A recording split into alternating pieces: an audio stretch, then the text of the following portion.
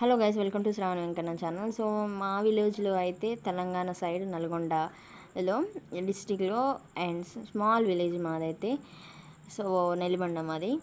మాకు ఎప్పుడు సంవత్సరానికి ఒకసారి కాబట్టి బోనాలు ఎప్పుడు చేసినా కానీ దాని ప్రత్యేకత ఏంటంటే మార్నింగ్ లేస్తారనమాట. లేచి దాని పనులన్నీ చేసుకొని కడపలు పుదించుకొని గుడి మంచిగా ఇంట్లో గుడులంతా క్లీన్ చేసుకొని హ్యాపీగా బొట్లు పెట్టి పూలు తెచ్చుకొని ఆడ స్నానాలు చేసి కుండకు పోయి కుమరుల ఇంటికి కుండను తెచ్చి దాన్ని మంచిగా కడిగి పొయ్యి మీదనే న్యాచురల్గా ఉండే పొయ్యి ఉంటుంది కదా. సో అప్పుడు పాత వాళ్ళు యూజ్ చేసిన పొయ్యి మీద మంచిగా మట్టితో అలికి ముగ్గులు పెట్టి దాని మీద కుండని పెట్టి దాంట్లో వండి పసుపన్నం వండి నెక్స్ట్ ఇంట్లోకి తీసుకొచ్చి అమ్మవారిని ఎలా అయితే పూజిస్తామో అంత పవిత్రంగా పూజించి, సో అమ్మవారికి పెట్టే నైవేద్యం పవిత్రంగా చాలా అంటే చాలా నీట్గా ఉండడానికి దాన్ని ఎక్కువగా ప్రియారిటీ ఇస్తారు. అలా నెక్స్ట్ మన ఇంట్లో ఉన్న దేవుళ్ళు కానీ వెంకటేశ్వర స్వామి కానీ ఎల్లమ్మ దేవత కానీ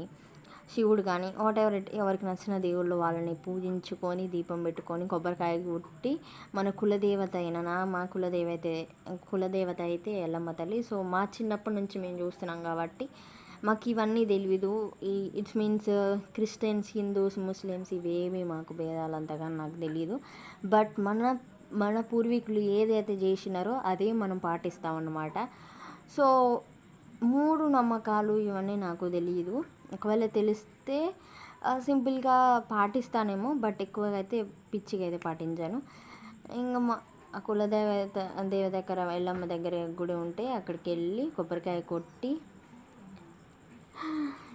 అలా జరుపుకునే పండగ అనమాట. సో మా అమ్మ అయితే ప్రస్తుతం అయితే తోరణం కడుతుంది. నాకు గట్టరాక నేను కడితే బాగాలేదని మళ్ళీ పీకి మా అమ్మ కడుతుంది అనమాట. తోరణం నేను కట్టిన చాలా అంటే చాలా ఇష్టం. సో గర్ల్స్ అందరూ ఎక్కువగా న్యాచురల్గా పెట్టుకునే పసుపు అనమాట. ఏదైనా బ్యాక్టీరియా ఉంటే పోతుందని పూర్వీకులు చెప్పారు. సో మనమైతే చాలా పద్ధతిగా ఇట్స్ నో అమెరికన్ గర్ల్ లాగా నేనైతే పూసుకుంటున్నాను అనమాట.